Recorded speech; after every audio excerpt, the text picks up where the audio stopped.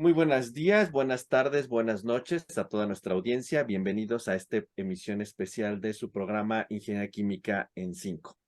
Como siempre, muchísimas gracias a toda nuestra audiencia que ha seguido creciendo a pesar de que estamos ahorita en un descanso al final de nuestra primera temporada. Y agradecemos también mucho a todas las personas que vieron nuestro programa especial de Día de Muertos. Agradecemos mucho sus comentarios y seguimos creciendo por todas nuestras plataformas, YouTube, por Apple, también tenemos en Spotify y por donde nos puedan seguir. Muchísimas gracias.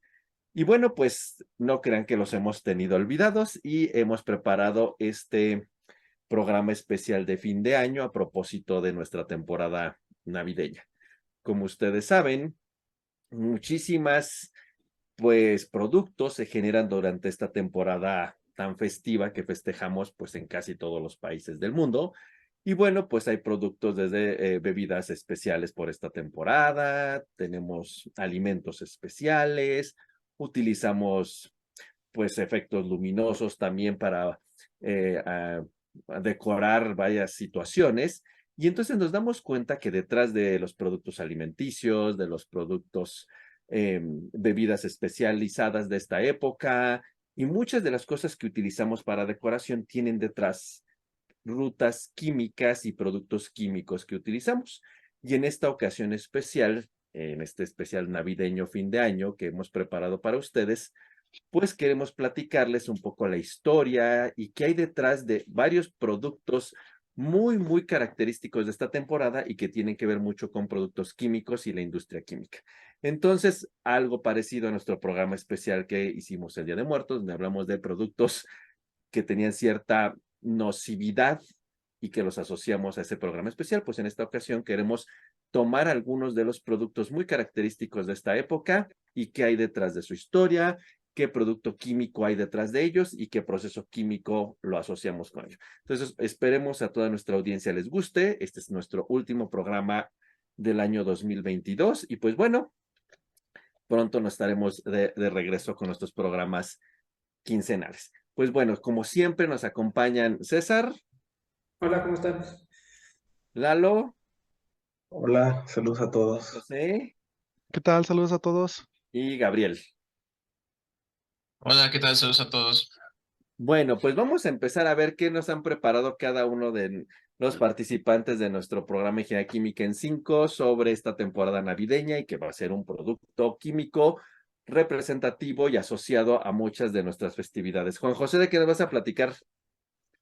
¿Qué tal? Bueno, pues para abrir esta, esta charla de día de hoy, bueno, ya con respecto a la parte navideña, pues siempre es tan emotivo entrar a estas fechas donde pues hay muchos símbolos, ¿no? Como tal.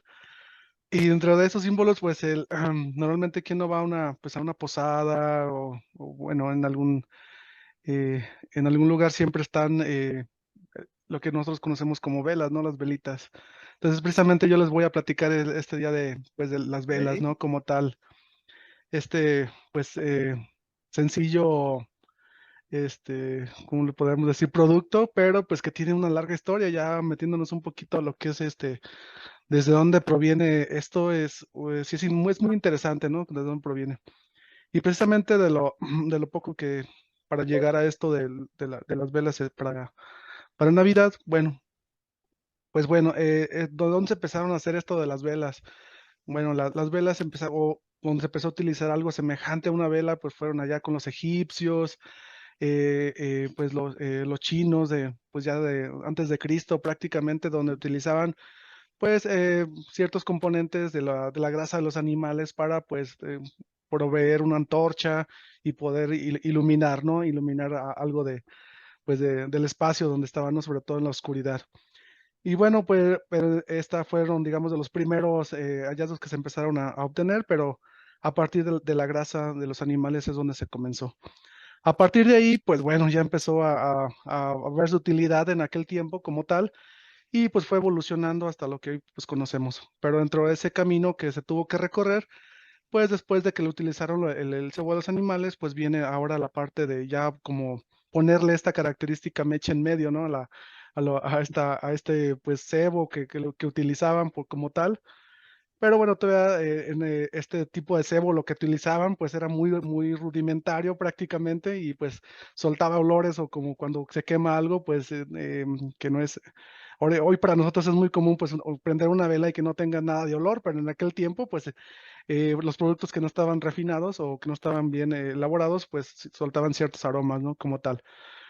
Después de ahí pues vino la parte de ya la etapa de digamos, ya un poquito más aquí en la colonia, donde ya empezaron a utilizar un poquito más de la cera de abeja. La cera de abeja fue el siguiente producto que empezaron a utilizarse, pero bueno, era súper pues caro, imagínense, ¿no? Pues tener prácticamente la cera, obtenerla de las abejas es un poco caro, por así decirlo.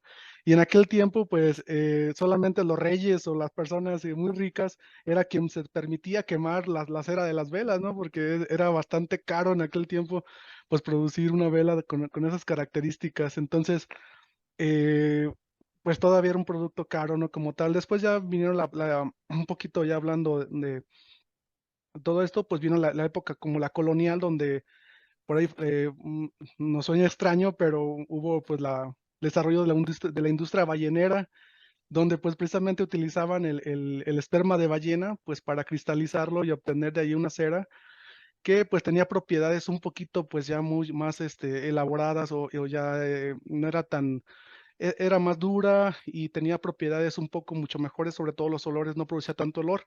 Entonces, a partir de ahí ya pues empezaron a mejorar el proceso para producir las velas. Pero bueno, pues imagínense todas las ballenas, ¿verdad? No tendríamos ese espacio para poder tener matar tantas ballenas, pero bueno, en aquel tiempo así se hacía.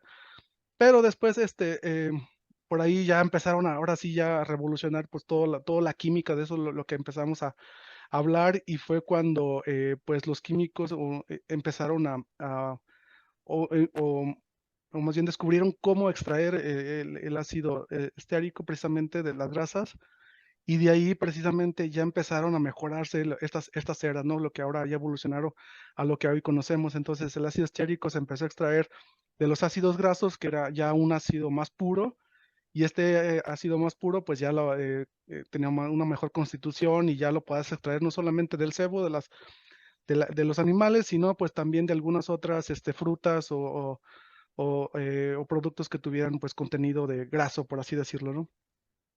Pero bueno, ya como hemos hablado también en algunos de nuestros programas, llegó la revolución industrial, ¿no? El boom del petróleo y a partir de ahí, pues bueno, comenzó el oro negro precisamente y de ahí, pues, ahora, en vez de ya tenerlo o de extraerlo de un producto que era pues, de origen animal, de origen vegetal, que sigue siendo caro y pues no había para pues, satisfacer a toda la población, por así decirlo, pues empezó la refinación del petróleo, ¿no? Y es como hoy en día se obtiene este producto que de ciertos productos de refinación, a partir de ellos, pues se obtiene lo que hoy se conoce como la cera que tenemos o la que usamos todos los días, bueno, lo que vemos en las velas, sí, la parafina. Esas parafinas, pues son mezclas de hidrocarburos que tienen bajo punto eh, de, de fusión en los 37, por allí. Entonces es fácil, se quema muy fácilmente, es más duradera y pues tiene propiedades, pues ilumina mucho más que aquellas velas arcaicas que tenían en aquel tiempo. Pero estas velas, pues ahora ya tenemos una vela, un producto mucho más formal, ¿no?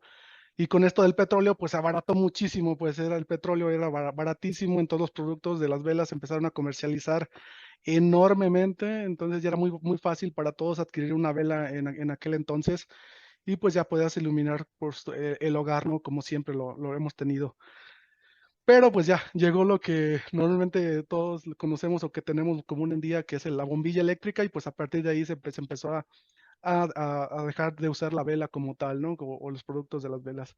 Sin embargo, hoy todavía la seguimos utilizando en estas épocas, pues que son pues de navideñas, por así decirlo, y que pues han recorrido toda esta, pues camino las velas y ya no se usan como, pues, como fuente de luz como tal, pero todavía sirven para, pues, para simbolizar una celebración, encender el romance, por ejemplo, también, Ay, calmar los pero eso no es sentimientos, navideño, ese es otro programa. ¿verdad?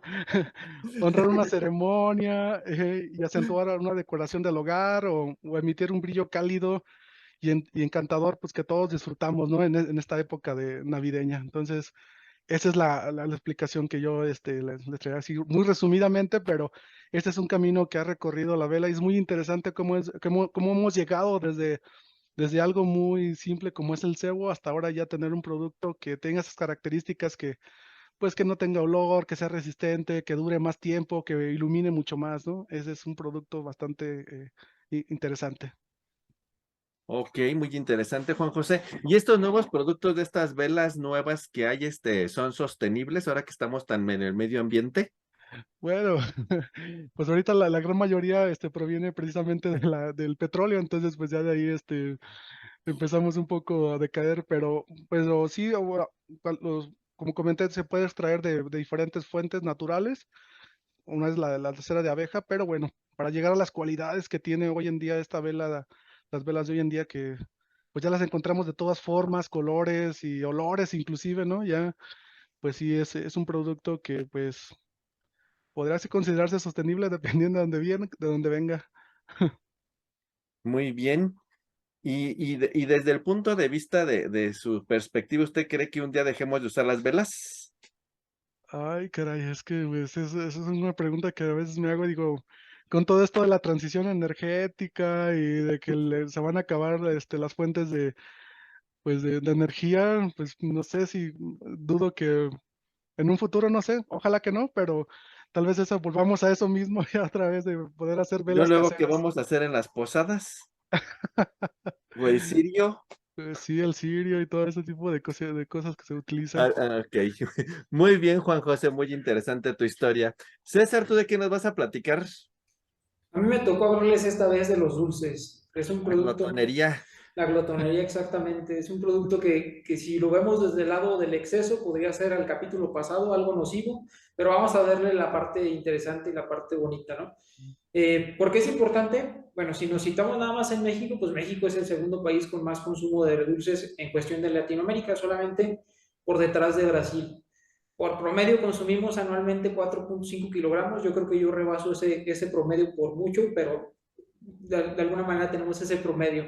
Entre los dulces que consumimos, sabemos todos, por ejemplo, ahora que viene la época navideña que nos dan nuestros aguinaldos o que estamos por ahí, pues tenemos a los mazapanes, los chocolates, que son meramente tradicionales, ¿no? De alguna manera los que más consumen, se estima que el promedio de consumo está entre los 5 y los 11 años, o sea, los niños son los mayores consumidores y son el 65% del público, ¿no? Pero lo importante de esto es cómo lo elaboramos, ¿no? Que si de alguna manera nos remontamos al principio básico que es el azúcar, pues nos tenemos que remontar al descubrimiento de la miel y el azúcar como tal. Hace siglos pues no conocíamos el proceso del azúcar, sino que solamente conocíamos la miel pura como tal, ¿no? Por si ponemos un ejemplo, pues en tiempos de Jesucristo, los panaderos tenían que utilizar los frutos secos, la miel como tal, para elaborar panes con cierto sabor característico, ¿no? Si nos vamos también al principio como tal, si yo les preguntara ahorita a ustedes, oye, ¿de dónde viene la caña de azúcar? Muchas veces, muchos de ustedes me pueden decir, nos partimos a la cabeza, no, pues que en Brasil hay mucha, o a lo mejor en la India, ¿no? Porque muchos dicen que la procedencia viene de esta caña de azúcar de la India, pero probablemente no, probablemente venga de Nueva Guinea, porque hace más de 8.000 años pues, ya se utilizaba como planta ornamental y que pues como era ornamental, pero también le daban sus cortes y lo masticaban y decían, ah, sabe rico, sabe azúcar como tal. Entonces, por este hecho, pues empezaron a extenderse los cultivos porque sí, aparte de ser ornamental y que sabía rico, pues, podrían consumirse de alguna manera en diferentes latitudes del mundo. Entonces, a través de esto podíamos ir a la época de los griegos y los romanos. Ellos ya conocían el azúcar como tal, el azúcar cristalizado, y la empleaban así en demasía como tanto. Lo utilizaban en cocina, en los dulces, en bebidas. Pero fue en Persia específicamente, hace aproximadamente también como unos 500, más bien 500 años antes de Cristo, perdón, cuando pusieron en práctica algunos métodos para obtener el azúcar, pero ya en estado sólido. Entonces, con esto, pues los árabes pues extendieron su cultivo, ¿no? De toda la caña de azúcar como tal. Entonces se fueron a toda la ribera del Mediterráneo como tal. Entonces ya existían por esos tiempos las primeras refinerías de estas cañas. Fueron las primeras refinerías se situaron en Egipto como tal. Esto popularizó pues, que se pudieran elaborar dulces, ¿no? De alguna manera ya teníamos el azúcar refinada y ya consideraban de alguna manera estas golosinas pues una exquisitez del momento, ¿no? Y también podemos remontar al uso o cómo llegó a América como tal, ¿no? Podemos remontarnos que Colón, Cortés, Pizarro, pues trajeron las cañas de azúcar como tal de países como Cuba, Brasil, algunas partes de México, y empezaron a desarrollarse pues, de manera vertiginosa lo que es el desarrollo de la caña, digamos, la plantación y el corte de la caña de azúcar como tal. Tanto fue el desarrollo que en menos de 100 años pues ya era más potencial que en América tuviéramos mucho más caña de azúcar y producto o materia prima para elaborar dulces que en la misma Europa como tal. Pero lo interesante de esto es cómo es el camino o la parte de ingeniería química que nosotros podríamos ver para la transformación de la caña de azúcar al azúcar como tal. Y creo que todos conocemos el concepto o hemos oído hablar del concepto de un ingenio azucarero. ¿Qué es un ingenio azucarero como tal? Pues es una planta industrial que va a ser dedicada solamente al procesamiento, ¿verdad? Vamos a transformar, ya actualmente está totalmente industrializada a lo que es esta caña de azúcar. ¿Cómo es el proceso para obtener este azúcar? Pues el proceso consta básicamente de 9 pasos, ¿no? El primero es llegar y con nuestro machete cortar la caña de azúcar. Ya cuando tengamos la caña nosotros la podemos moler, podemos generar o se tiene que generar vapor de calentamiento para digamos, después de la molienda, para después pasar una clarificación, se filtra digamos, esta melaza que se obtiene, se evapora, pasa a cristalizar y luego ya viene un proceso de evaporado y secado. Precisamente después o posterior al proceso de refinación, podemos tener lo que es la separación del sólido como tal, se tiene una alcalización, clarificación, una decolorificación, porque también el azúcar como la conocemos está decolorificada, se filtra, se evapora, entonces podemos tener muchos procesos que conocemos dentro del área de ingeniería química. Y es la relevancia del tema que estamos viendo aquí, ¿no? Cómo nosotros como ingenieros químicos podemos aportar algo que nosotros veíamos como un proceso tan tradicional antiguamente, ¿no? Que se producía, como lo dijo en su momento Juan José, para algunas personas en específico que ahora podemos consumir todos, ¿no? Que en su momento eran reyes o personas de la nobleza. Con este proceso, pues comúnmente conocemos 4 tipos de azúcares, ¿no? El azúcar estándar, el mascabado, la refinada, la blanca que nosotros estaríamos utilizando. Pero me voy a clavar un poquito, voy a hacer un poquito más específico a uno de los procesos que suena muy interesante dentro de estos 9 pasos, que es la cristalización. Creo que todos hemos oído hablar de la cristalización. La cristalización pues, va a ser un proceso que se puede llevar de manera natural, ¿no? Es un principio que podría parecer simple, pero que a su vez pues, resulta complejo de alguna manera. Y de ahí, pues, de alguna manera, si nosotros vamos a la industria azucarera, podemos llevar lo que es la cristalización a través de la evaporación. ¿Cómo es esto? Pues vamos a remover toda el agua de la solución que nosotros tenemos para obtener cierta estabilidad y promovemos el crecimiento de los cristales del azúcar. Para esto necesitamos cierta concentración de sacarosa en la solución y esta se debe mantener de alguna manera en un punto que nosotros donde vamos a producir esta transformación de azúcar líquido a este estado sólido como tal, a los cristales que nosotros conocemos. Hay algunos puntos específicos, por ejemplo, en ingeniería química conocemos algunos índices de concentración, los índices de sobresaturación que en algún momento, y deben de estar dentro de ciertas medidas, menor a estos índices, por ejemplo, muy bajo, menor a 1, o de alguna manera si lo tenemos ahí es cuando hay disolución de cristales, o mayor a 1, ¿no? Que de alguna manera también podemos generar una sobreproducción de cristales que podrían resultar como amorfos, ¿no? Que no lo queremos en la industria como tal. Entonces, ya regresando todo este proceso como tal, que ya a lo mejor ya fui muy allá, con la obtención del azúcar podemos elaborar miles de productos, ¿no? En México, pues el característico, el que conocemos, pues es el chocolate, como se los mencioné inicialmente, ¿no? Y pues a base de esto, pues actualmente, pues yo creo que, no sé si ustedes, pero todos consumimos el azúcar, creo que es una de las mayores productos que consumimos hasta la actualidad. Y para estas fechas, como lo dije también en un principio, pues o podemos consumir cuando nos dan nuestros aguinaldos, cuando nosotros producimos, más bien cuando son las cenas navideñas, ¿no? Que luego ya viene la parte del postre, que regalamos en los intercambios nuestros chocolates y toda esta parte. Y resulta interesante ver cómo viene o se industrializó a partir de procesos que nosotros también tenemos dentro de la ingeniería química. Entonces, por mi parte, sería esa parte, pues.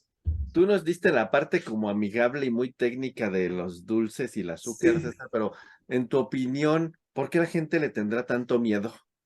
No, pues claramente, ¿no? Porque es uno de los precursores de una de las enfermedades que está matando más gente actualmente, ¿no? Yo creo que el problema con el azúcar, como todo, es como los venenos, ¿verdad? Es las dosis que consumimos como tal. Yo en mi caso, y voy a poner como caso de ejemplo, sí consumo muchísimo, ¿no? Y claramente puedo tener un problema con esa parte. Ya si se consume en menores cantidades un azúcar refinada, pues a lo mejor no tendríamos tantos problemas, pero sí, como mencionas claramente, Gabriel, el exceso, de hecho ya hasta nos lo marcan en todos los productos, ¿no? Tiene el hexágono de exceso de azúcares, de hecho todo lo que veo Ya marca no puede uno exceso, comprar nada a gusto.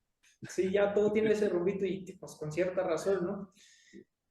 Pues es el efecto, ¿no? De la adicción, o sea, tiene, digo, bueno, los que saben de alimentos y los que saben de drogas y demás dicen que el azúcar es más adictiva que algunas otras drogas muy potentes, ¿no? Y que cómo es posible que estén ahí a la mano de los niños y demás, ¿no? O sea, es como todo. Sí, exactamente, sí, sí, Pero claramente, eso no sí, quita lo delicioso que son los Ah, dulces no, bueno. productos. Híjole, a exactamente. ver si no nos banea YouTube por lo que iba a Ay, decir, pero las casas de dulceras.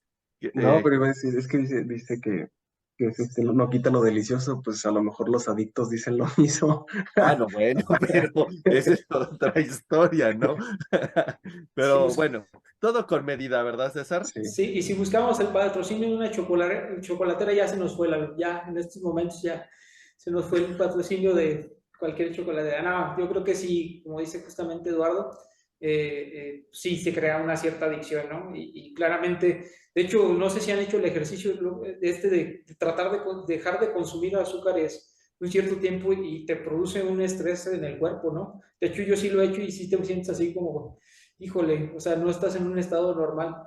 Ya ves los que Y hacen dietas keto, cómo se ponen. justamente.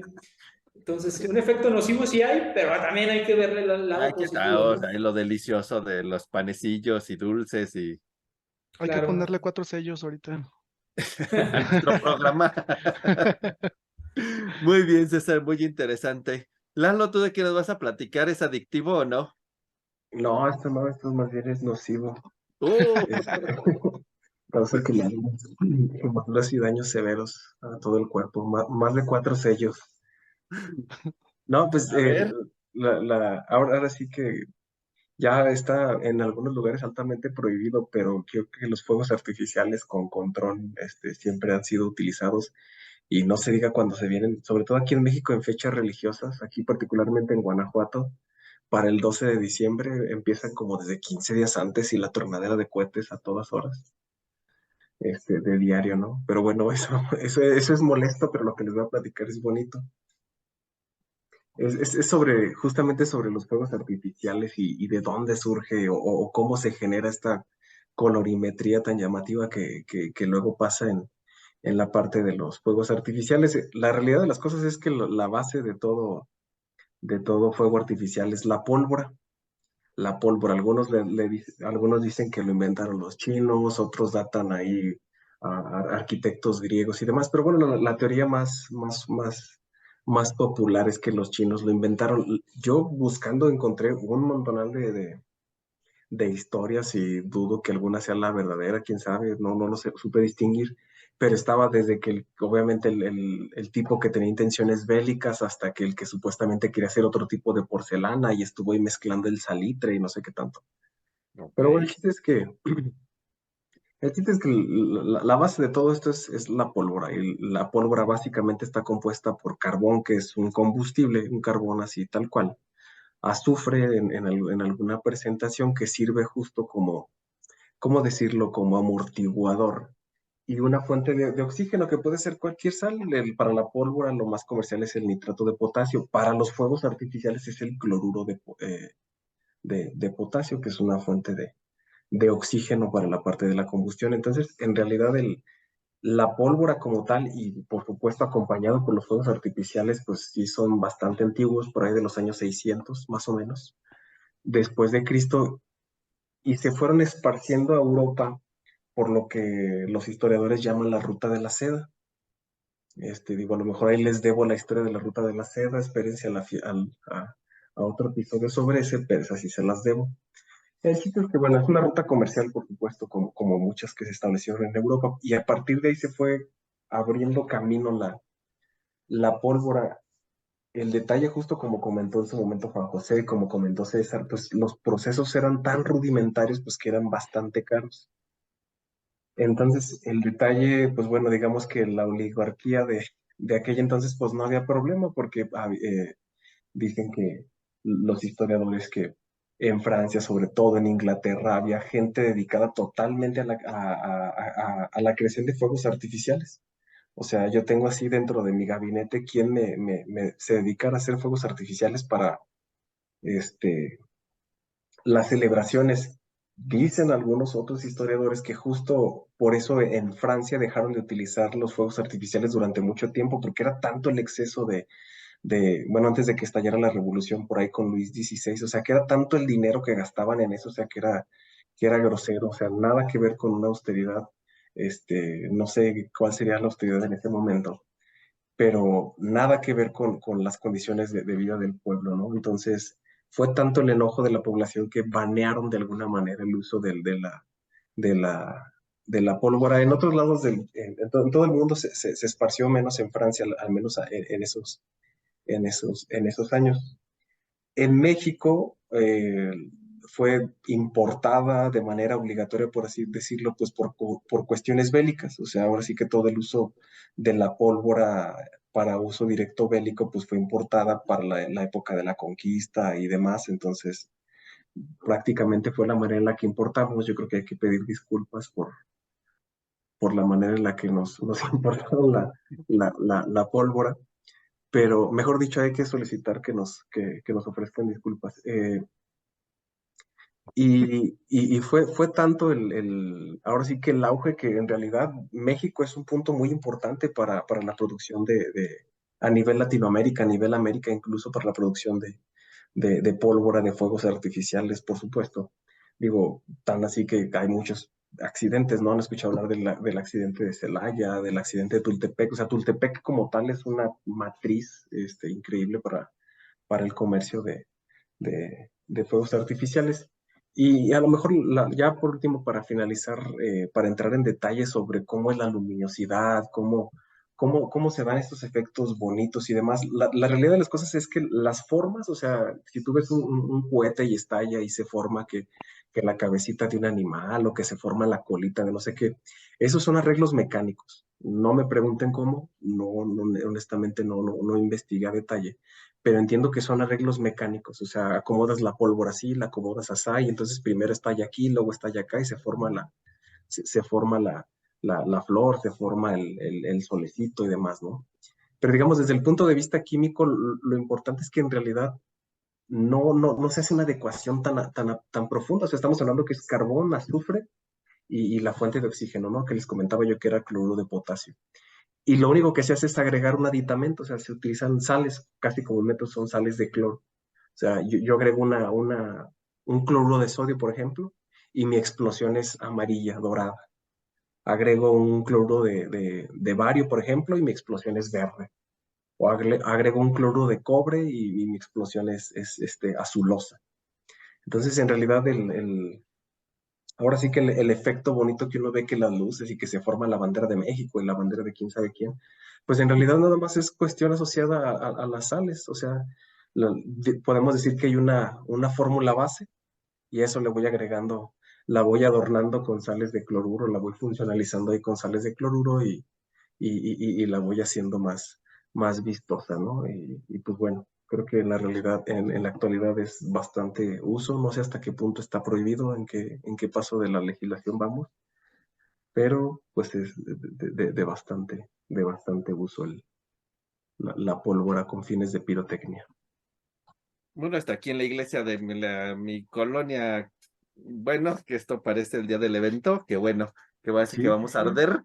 no sé hasta qué punto está, o sea, O a sea qué que eso punto me está implica que, no, que prohibido. es muy legal, ¿no? Sí, o sea, Digo, no no sé lo hasta qué. critico porque se ve Ujú. muy bonito. Bueno, cuando es en horario normal, sí, cuando no te agarra dormido, pues sí No, dices, no pero manches. usualmente es en la noche, ¿no? Como a las 10 de la noche, así que, Sí, bueno, aquí lo veo yo una vez al año, todos los julios. sí, no, Aquí a una cuadra y media donde vivo, ¿no?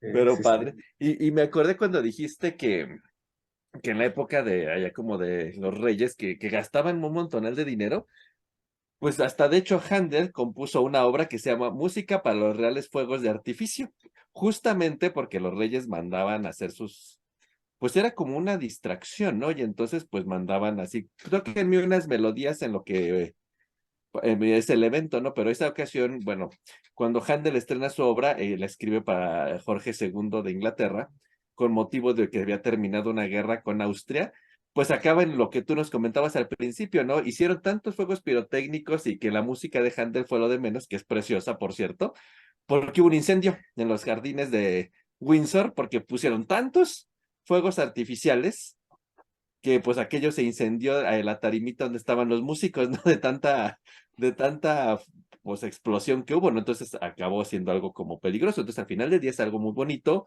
pero con mucho cuidado y precaución, ¿no? Porque luego hasta veo unos niños ahí quemando en la calle así, sobre Sí, todo en no, estas temporadas, ¿no?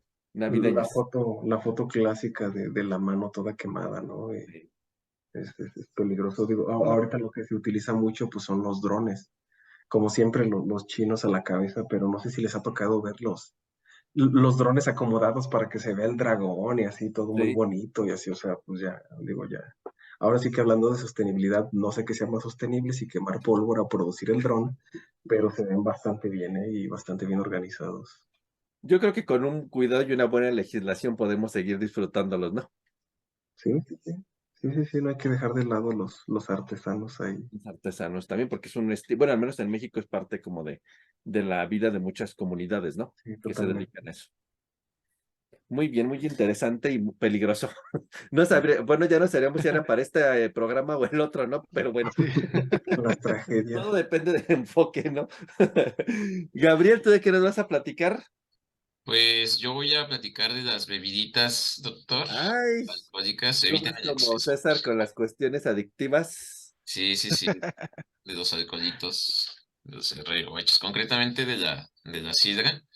Pues bueno, como ustedes saben, pues lo que son los procesos de fermentación, por ejemplo, el pan o la producción de alcohol, pues son antiguos. No se sabe exactamente bien, para empezar, cómo es que los descubrimos, cómo se descubrió el proceso de fermentación, pero bueno, dejando un poquito eso de lado, pues tampoco se conoce muy bien, este, pues bueno, cómo fue que se descubrieron y cómo fue que se fueron refinando sobre todo, ¿sí? Yo concretamente, pues bueno, me voy a centrar al caso de la sidra, que por cierto también está un poco, pues ahí difuso dónde surge este tipo de bebidita que consumimos, ¿sí?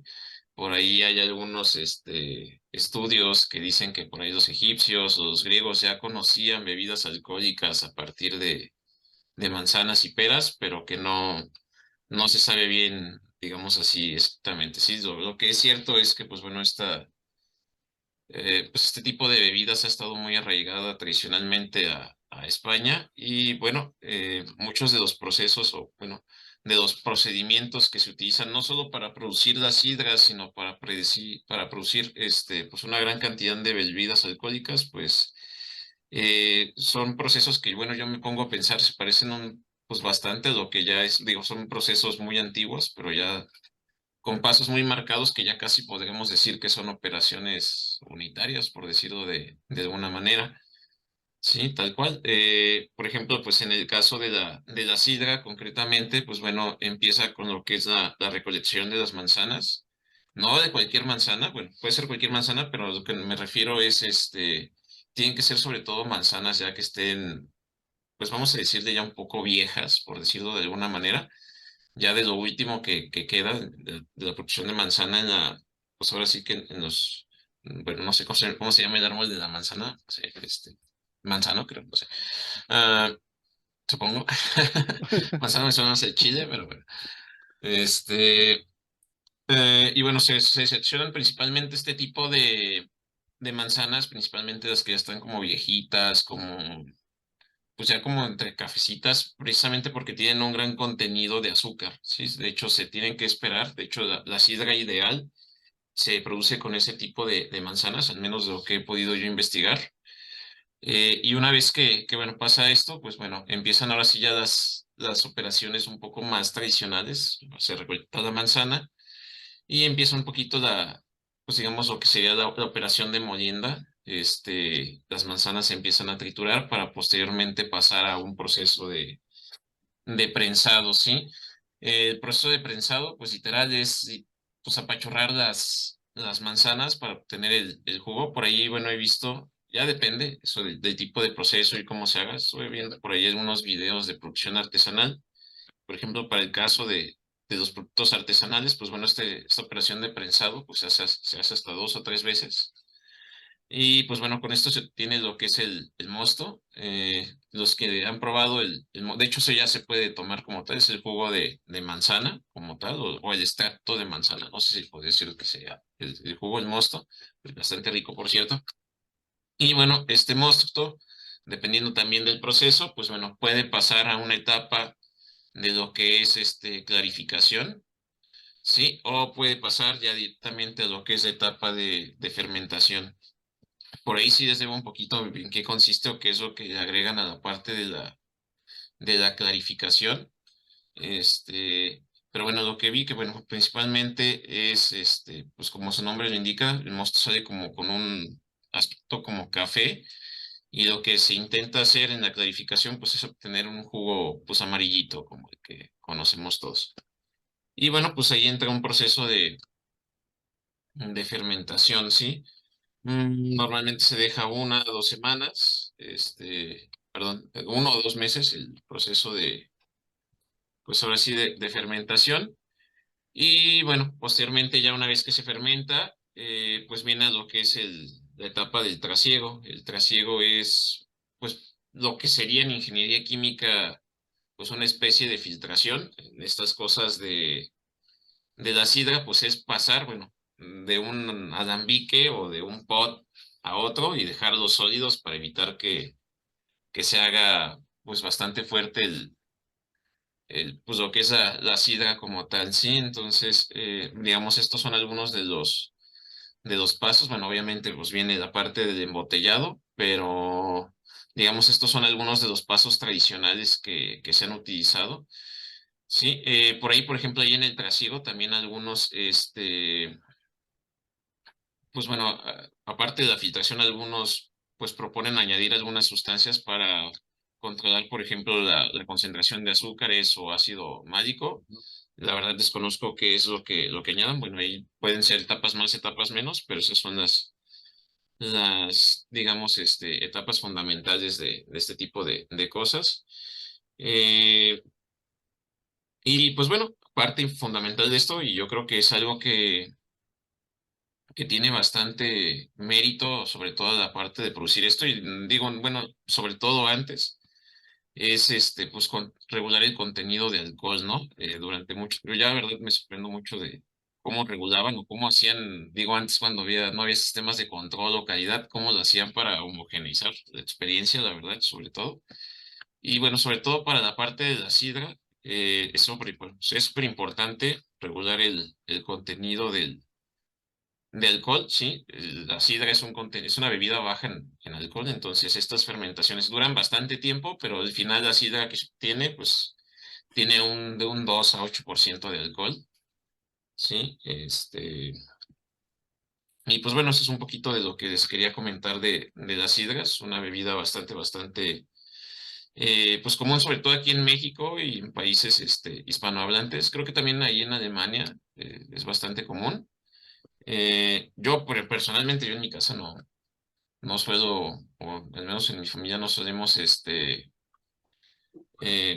pues digamos, tomar de Navidad, pero bueno, sé que muchas familias lo hacen. Y pues bueno, eso era un poquito lo que les quería comentar, como las etapas, ¿sí? Que son pues bastante similares a lo que ya tenemos actualmente. ¿Y entonces usted qué toma en Navidad?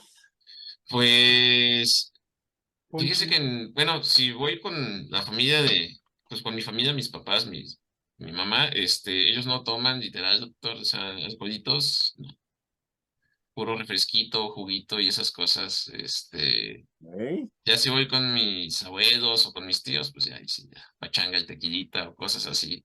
Pero la sidra no es algo común. Bueno, pero algo que no nos dijiste es en lo que sabes o has leído, ¿por qué lo asociamos la sidra a la Navidad? Pues digo, yo en ninguna otra época del año supongo que lo venden, la verdad nunca me he fijado, supongo que todo el año hay sidra, pero hasta hay una sidra que dice, hay sidra Santa Claus, ¿a poco no han visto? Entonces, ¿hay alguna razón o por qué lo asociamos a la Navidad? Fíjese que yo como tal no lo encontré, pero por lo que pude investigar, yo creo que eso es por el periodo de cosecha de las manzanas. Sí, resulta que sobre todo en España, que es el país que empezó a formalizar un poquito esta parte de la sidra, la cosecha de las manzanas se hace a mediados, finales de octubre. El proceso de molienda, fermentación, y eso empieza a principios de noviembre. Y el embotellado, ya como tal de la sidra, se hace a mediados de diciembre. Sí, o sea, el producto tiene que salir a mediados de diciembre. Si se deja más tiempo, por lo que estuve leyendo, la sidra pierde las propiedades como tal. Entonces, yo creo que como tal se asocia mucho, sobre todo por el periodo en el que se tiene que producir la sidra o se Ya. producía sobre todo artesanalmente, porque también no se produce de cualquier tipo de manzana, bueno, antes no se producía de cualquier tipo de manzana, era una manzana especial, no recuerdo ahorita el nombre, pero antes era por eso, bueno, supongo que era por eso, sobre todo por los periodos de recolecta y fermentación, pero la verdad ¿Tiene desconozco. lógica? Sí, porque es como una bebida muy decembrina, vamos a decirlo, ¿no? O Sí, sea, es como que bastante empieza la bonito. Sí. Navidad y, bueno, como dice alguna gente, pues compra una sidra y es lo que venden, o sea, uno lo ve en los supermercados a granel, ¿no? Entonces, digo, y yo, honestamente, voy a hacer ese ejercicio el próximo año y si yo voy en mayo y le digo, deme una sidra, ¿habrá? No lo sé, a lo mejor no hay también, ¿no? No lo sé, Como una noche. pero está asociado como en la mercadotecnia a un producto, digo así, sidra, con hasta le ponen unas esferitas y cosas así, ¿no? Entonces, tienes lógica lo que tú dices, a lo mejor es por la época de la cosecha, ¿no? No lo sé. Sí, no, la verdad ahí sí les debo el dato. Yo supongo que es por la temporada de cosecha. Sobre todo estaba viendo que para esta parte de la cosecha de la manzana se espera hasta el último, lo último, o sea, ya casi cuando ya casi se van a echar a perder, se tienen que tirar. Entonces, eso es a finales de octubre, sobre todo en España, que es el país que, de hecho, ahí está bastante arraigado esta parte de lo que es la sidra. Pues ellos lo hacían sobre todo en esa época, pero la verdad sí ahí les debo el Pues dato. yo creo que tiene lógica, ¿no? Porque es un producto muy de España, ¿no? Tomar sidra, ¿no? O Sí, sea, sí, sí, bastante. a lo mejor es como una bebida propia de temporada, ¿no? Por la cosecha y la manzana, seguramente. Y yo creo, bueno, aportando un poquito en esta parte, yo creo que también tiene que ver con los grados de alcohol, ¿no? O sea, como es tan pequeño el grado de alcohol, permite que todos de la familia, hasta los más pequeños, puedan Tomar, celebrar pues con eso. Yo creo que también por eso es muy característico de la fecha como tal. si todos pueden participar con un poquito de una bebida espirituosa, ¿verdad? Llamémosle así. Sí, tiene también, bueno, también seguramente, yo creo que ambas cosas, ¿no? Es una bebida muy ligera y muy de época, ¿no? Por lo que nos comentaba Gabriel de las cosechas. Pues muy interesante, Gabriel, eso yo no sabía que tenía que ser que la cosecha era en otoñal, digamos, para la producción de sidra. Mira, muy interesante. Pues muy bien, Gabriel. Bueno, pues finalmente yo les voy a platicar de, pues algo que es como, nosotros no nos podemos imaginar una Navidad sin frío y sin nieve. Y yo creo que es mucho de la mercadotecnia sajona, cómo nos han dibujado la Navidad, ¿no? Porque pues aquí en México, por ejemplo, pues no neva. Pero yo creo que la mercadotecnia de la Navidad desde el punto de vista muy anglosajón es pues así unas casas llenas de nieve y los abetos y todo eso. Y entonces nosotros pues no podemos pensar como al menos nosotros que vivimos en el hemisferio norte, no nos podemos imaginar como una Navidad que no sea fría y obviamente pues la nieve es como algo representativo de la Navidad. Digo, si pensamos en el hemisferio sur, pues si estamos en Buenos Aires celebrando la Navidad, nos vamos a estar cocinando literalmente, ¿no? O sea, va a ser bastante cálida, pero bueno, ya, y lo tratamos de hacer con la nieve. Entonces yo les voy a platicar, pues, qué nos hemos tenido que inventar para pensar en esa Navidad mercadológica con nieve, ¿no? O sea, nosotros no pensamos en poner nuestro pino de Navidad en casa, sea artificial o sea natural, y le queremos poner que se vea con nieve o algo representativo, ¿no? Para dar ese, como que no nos imaginamos una Navidad o algo si no hay como un toque de nieve. Y entonces, pues aquí el asunto es, ¿y cómo generamos nieve artificial, no? Y un poco ahí revisando la parte de la historia, es muy raro yo lo había leído, pero lo volví a revisar, dije por si hay dudas. Dicen que bueno, no los antiguos romanos, sino en la Edad Media, ocurrió una situación, pues podríamos ir entre milagrosa y rara en Roma, ya por el año como 400, ¿no? Dicen que un matrimonio, pues muy bien avenido de romanos, pero que era muy religioso, pues cuando ya eran ancianos y no tenían hijos, pues le pidieron a Dios que qué harían con aquel dinero que iban a, pues eran muy ricos, ¿no? Que qué harían para beneficiar o que Dios quería que hicieran con ese dinero, ¿no? Y entonces, pues un poco las leyendas dicen que se les apareció la Virgen en sueños y les dijo que ella les iba a señalar dónde iban a tener que construir una iglesia con ese dinero, ¿no? Que eso era lo que Dios quería que hicieran con su dinero. Y entonces en pleno verano en Roma, ustedes saben que en Roma el verano es espantoso, como 40 grados, nevó un 5 de agosto. Y entonces justo nada más quedó cuando se derritió la nieve, pues hubo un pedazo que no se derritió. Ahí en el Esquilino, que es donde ahora está la Basílica de Santa María la Mayor, que es una basílica enorme, muy cerca de San Juan de Letrán. Y entonces, pues ellos le fueron a decir al Papa que pues había pasado eso y que entonces iban a donar su dinero para construir una gran basílica en honor pues de la Virgen, ¿no? Y entonces, que se llamó la Virgen de las Nieves y que pues es un icono que todavía existe en esa iglesia, es un icono como del siglo V, antiquísimo en esa iglesia, y pues todavía sigue perviviendo hasta el día de hoy. De hecho, no estoy seguro, pero es como la patrona de Roma, ese icono de la Virgen de las Nieves. Y entonces, ¿a qué viene toda esta historia? Bueno, pues que los romanos en homenaje dijeron, ¿y cómo celebramos este milagro todos los años?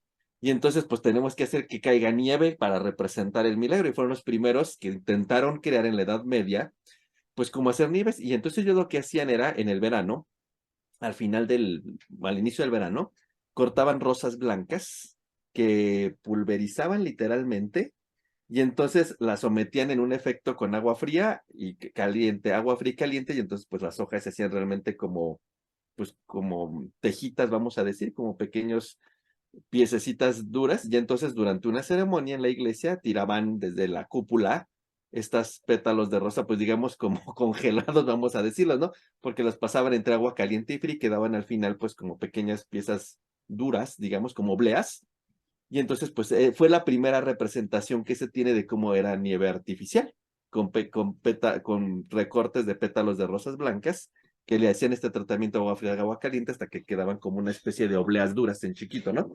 Y entonces, pero obviamente pues era muy costoso porque necesitaban toda una cosecha completa de rosas blancas para hacer un efecto enorme en la iglesia del efecto de la nieve, ¿no? Y bueno, pues en realidad de ahí pues es como digamos en la historia de la gente que sabe de esto de nieve artificial, como la primera que está reporta de cómo hacer nieve, ¿no? De nieve artificial en ese sentido. Pero luego cuando volvemos a retomar la idea de la nieve artificial, pues Hollywood. Hollywood volvió al principio cuando empezaron las grandes películas de los años 20 que querían hacer películas que representaran nevadas y tormentas de nieve, pues dijeron, ¿cómo lo hacemos? Y entonces algo que se utiliza y que sigue siendo válido hasta el día de hoy, pues ponían grandes ventiladores con bicarbonato de sodio. Realmente, si nosotros hemos visto el bicarbonato de sodio, si lo humedecemos poquito, toma un aspecto como de bolitas chiquitas. Entonces lo hacían pasar con un megaventilador enorme, cantidades enormes de bicarbonato de sodio y podían representar una nevada, ¿no? Técnicamente. El problema es que pues muchos de los actores de los años 20 se quejaban pues que en realidad le caían los ojos y que bueno, no era tóxico, pero luego decidieron una solución que fue peor. Dijeron, bueno, se quejan mucho los actores y a alguien se le ocurrió cuando en los años 40 apareció el asbesto, dijeron, ay, vamos a moler asbesto y vamos a pulverizarlo y vamos a darle como con poquito pinturita. Y entonces, pues, por muchos años en Hollywood, las grandes nevadas que vimos en películas clásicas de los años 40, 50, fueron hechas con grandes ventiladores con asbesto pulverizado. Entonces la solución, y nadie se quejó, de momento, ¿verdad? Yo no sé qué pasó con los actores después, pero realmente la solución de que se quejaban del bicarbonato de sodio la pasaron por asbesto, y después, pues, por muchos años fue hasta que después el asbesto salió del mercado y pues obviamente se acabaron las nevadas con asbesto, ¿no? Entonces, pues es como paradójico, ¿no? Se quejaron de una cosa y les pusieron otra cosa peor para hacer eso, ¿no?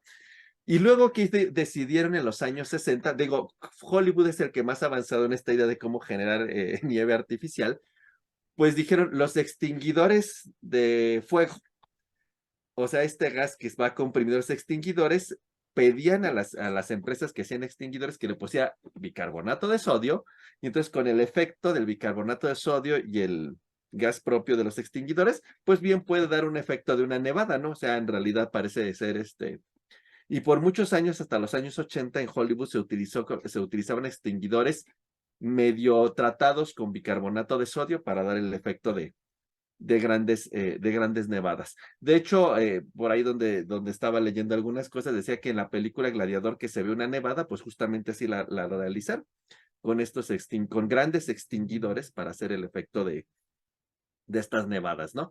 Entonces, digamos, sigue siendo muy utilizado en ese sentido en Hollywood y en las grandes producciones cómo se hacen las nevadas, ¿no? Y luego, obviamente, pues por otro lado, otro lugar donde se ocupa nieve, que nada más era una cosa invernal, pero luego queremos todo el año, son las estaciones de esquí.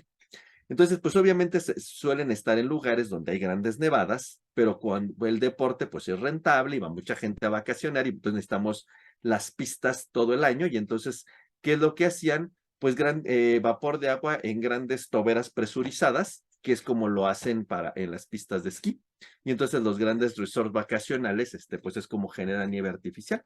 Pasan vapor de agua en grandes toberas con un cambio de presión enorme y entonces se genera pues nieve artificial de algún modo, ¿no? Y entonces, digamos, ese es un efecto que utilizan mucho en las estaciones de esquí para generar la nieve artificial. Y lo otro que ya es como medio cachureco, pues es como eso que ponen el dióxido de carbono seco, ¿no? Que lo hacen pasar y pues sale este humo, pero eso es como de fiesta y de antro, ¿no? Pero eso no asimila mucho una nevada, pero es otra forma de generar como pues nieve artificial, digamos, ¿no? Entonces el dióxido de carbono seco. Y eso fue descubierto en General Electric, ¿no? Cuando intentaron poner dióxido de carbono solidificado. Entonces, técnicamente, pues, con los cambios propios de temperatura y presión, puede hacer el efecto como de una nevada, pero, y la versión muy ordinaria que conocemos, pues es lo que pasaba en los antros en mi época, no sé ahora, que ponían así para abrir el antro un montonal de hielo seco, ¿verdad? Y entonces, o en los 15 años así, entra la quinceañera y entonces, pero bueno, esas nieves están muy chafas, ¿no? Entonces, como que es más humo, bueno, porque es como muy básico, ¿no? Pero en otras condiciones más extremas sí se logra una especie como de nieve que en pequeñas partículas, ¿no? Semejando una nevada, ¿no? Entonces, en realidad, hasta el día de hoy lo que sigue siendo básico para hacer nieve artificial es el bicarbonato de sodio. De hecho, la receta básica para si usted quiere decorar su árbol de Navidad, pues humedezca su pino, si es natural, y ligeramente deje en la noche el bicarbonato de sodio para que agarre humedad, abierto en un plato y a la mañana siguiente pues no va a estar polvo, va a estar medio solidificado. Literalmente lo agarra, lo pone en su árbol, si ya lo tiene húmedo y pues quedan como tortitas de nieve, digamos, ¿no? Por decirlo de algún modo, que esa es la versión más básica de generar nieve artificial. Y es muy como decoran muchos de los árboles que vemos en revistas y en anuncios comerciales con el bicarbonato de sodio. La otra opción es bicarbonato de sodio, un jabón de pan, de esto que llamamos como el jabón sote blanco. Le pasan casi el rallador de queso, lo mezclan con el bicarbonato de sodio y si tienen un procesador de estos como para hacer salsas, como el palito ese, ya voy a hacer el anuncio, pasan eso en seco y entonces hace una masa, literalmente, y humedece su árbol, o la zona que quieras, dejas caer esa mezcla procesada de jabón de pan con bicarbonato de sodio en un procesador en seco y usted tendrá así nieve artificial. Ahora, si quieres, le pones estas cosas como esto que se llama como glitter, así brillosito, para que dé el efecto como cuando le da la luz del sol a la nieve. Más que el glitter, pues es tóxico, ¿no? Entonces, evítenlo si hay niños, pero si son adultos todos, pueden ponerle poquito glitter y entonces, pues ya queda así súper bonito como nieve brillosa y todo. Entonces, digamos, son como recetas muy fáciles para hacer nieve y créanme que es lo que usan para hacer grandes nevadas, el bicarbonato de sodio. Ya si quieren ser tóxicos, pues ya saben, vayan por asbesto si encuentran y pues ya, ponen asbesto en nevada y se pueden echar ahí algún cristiano, ¿verdad? Que no les caiga bien, no sé qué. Entonces, entonces, digamos, es una de las formas, es muy básico y sigue siendo válido. Ahora, si quieren ser elegantes, vuelve a venir a la idea de los antiguos romanos con recortes de pétalos de rosa pasados por agua caliente y fría hasta que sequen y tendrá usted nieve muy elegante artificial. Entonces, en realidad, yo creo que eso es algo que siempre pensamos en Navidad. Ay, o al menos queremos ponernos un suéter, no sé, que haga frío siquiera, ¿no? O una bufanda asociado como a la temporada navideña. Entonces, esa es la forma como pueden generar nieve artificial en su casa o decorar su árbol, su ventana o lo que ustedes quieran y que se vea como nevada su decoración en su casa o en su oficina. Entonces, pues bueno, este era un poco de lo que queríamos platicarles esta tarde sobre, pues al final del día, si nos damos cuenta, todo tiene que ver entre procesos químicos, fermentaciones, recuperaciones de azúcares, las parafinas, sales inorgánicas para generar fuegos artificiales y detrás de todo hay química. Y al final del día, como nos hemos dado cuenta, pues la química vive en nuestras vidas, es parte de nuestras vidas diarias, ¿no? O sea, desde cuestiones tóxicas, como lo que platicamos en nuestro programa especial Día de Muertos, en todo lo que convivimos. Hay muchas más cosas, pero elegimos estas 5 cosas para platicarles acerca de la cuestión de la Navidad. Pues bueno, finalmente, pues con esto queríamos mostrarles que también en la Navidad hay química detrás y procesos químicos para generar muchas de las cosas que disfrutamos y gozamos ordinariamente cada año durante nuestra temporada navideña. Pues técnicamente a toda nuestra audiencia, este es nuestro último programa del año que quisimos dedicarles un programa especial para hacer este año 2022 y también como un poco de agradecimiento, pues por todo el apoyo que hemos tenido. Empezamos con 0 seguidores, ya tenemos pues más de 3,000 likes y más de 100,000 más de 100 personas que nos siguen y muy cerca de 3,000 likes. Esperemos llegar a 100,000 un día, créanme. Espero haber hablado proféticamente. Tenemos más de 100 seguidores y casi cerca de 3,000 likes entre todos los programas. Y se los agradecemos mucho. Son temas para áreas muy particulares, pero nos da gusto que mucha gente nos siga de muchos lugares y pues eso nos dio ánimo para pensar que teníamos entonces que tomar un descanso después de que hicimos un experimento al inicio del año de qué pasaría si abrimos una especie de podcast sobre estos temas platicados en forma amigable. Y bueno, pues nos funcionó y nos da gusto que nos sigan. Y eso nos hizo pensar que esto puede durar mucho tiempo y que entonces, como todo lo que está de moda ahora, teníamos que acabar una serie de programas, tomarnos un descanso, les preparamos todos los programas especiales para que no se olviden de nosotros y seguramente en enero pronto volverán a saber de nosotros. Antes de despedirnos el día de hoy, pues no sé si quisiéramos decir algunas palabras, Juan José.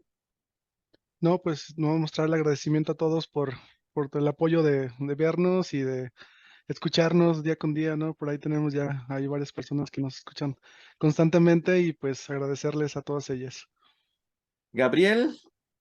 Pues me gustaría agradecerles ahora sí el apoyo que nos dieron. Pues bueno, les deseo una feliz Navidad y buen año a toda nuestra audiencia y bueno, esperamos vernos pronto. Lalo. Pues gracias a todos los seguidores de todas las plataformas. Esperemos que les haya gustado, que por ahí recuerden algún dato. A nosotros ya se nos olvidaron, espero que a ustedes no. No, es cierto. Algún dato que les compartimos por ahí les pueda ser útil, incluso hasta para, pues sí, cosas cotidianas. Pues gracias a todos y nos vemos pronto. César. Pues igualmente, como lo mencionaron, agradecerles a todos por el apoyo, por aguantarnos estos meses y las horas que se chutan al vernos. igual que como lo dijo Gabriel, desearles una muy feliz Navidad, que pues esté lleno de bendiciones su vida. Gracias. Muy bien, y pues finalmente, pues yo también a darle las gracias porque pues hay mucha gente que nos sigue y mucha gente me ha dicho, aunque sus programas, hoy día las cosas son rápidas y veloces, los TikToks duran menos de 3 minutos, los podcasts suelen ser breves, concretos. Me han dicho muchas personas, es que su podcast es larguísimo. La primera vez que me dijiste que lo viera, pues yo dije, no lo voy a aguantar. Dicen, y aunque lo hacen cerca de 1 hora en promedio, son sus programas, pues realmente son entretenidos y eso pues me da gusto saber que hoy día que la gente le gusta ver cosas rápidas, concretas, en menos de 5 minutos y no perdemos su atención. Hemos logrado tener muchos seguidores y que sí nos aguantan y sí ven el programa completo. No sé si seguido, pero lo ven todo. O sea, no sé si lo dejan pausado, van, vienen, o haciendo alguna actividad en el coche lo ponen, pero varias personas me han dicho que a pesar de que la impresión da de que es largo, y de que hoy día esperan pues videos cortos o clips cortos, pues nos han aguantado. Entonces, pues muchísimas gracias a toda la audiencia. Esperamos que siga creciendo y bueno, pues ahí están nuestras plataformas donde ustedes nos siguen y nos dará gusto seguir viendo sus comentarios, escuchando sus opiniones y si algunos tienen algún tema que digan, ¿y por qué nunca han hablado de esto? Créanme que si lo ponen por ahí, va a ser bienvenido y nos dará gusto ver qué les gustaría que platicáramos ahora que estamos a algunas semanas de empezar esta segunda temporada. Ya tenemos algunas cosas preparadas, pero nos gustaría saber a la audiencia qué más les gustaría que platicáramos. Pues bueno, finalmente, como todos nuestros programas, siempre nos gusta cerrar con alguna palabra apropiada. Entonces, Gabriel, Pues yo cerraría con fermentación. Juan José, Para mí sería parafinas. Lalo, Luminiscencia. César. Industrialización. Y bueno, en mi caso, pues productos sintéticos. Muchísimas gracias a todos. Muy buenas tardes, buenas noches, buenos días, según nos escuchen.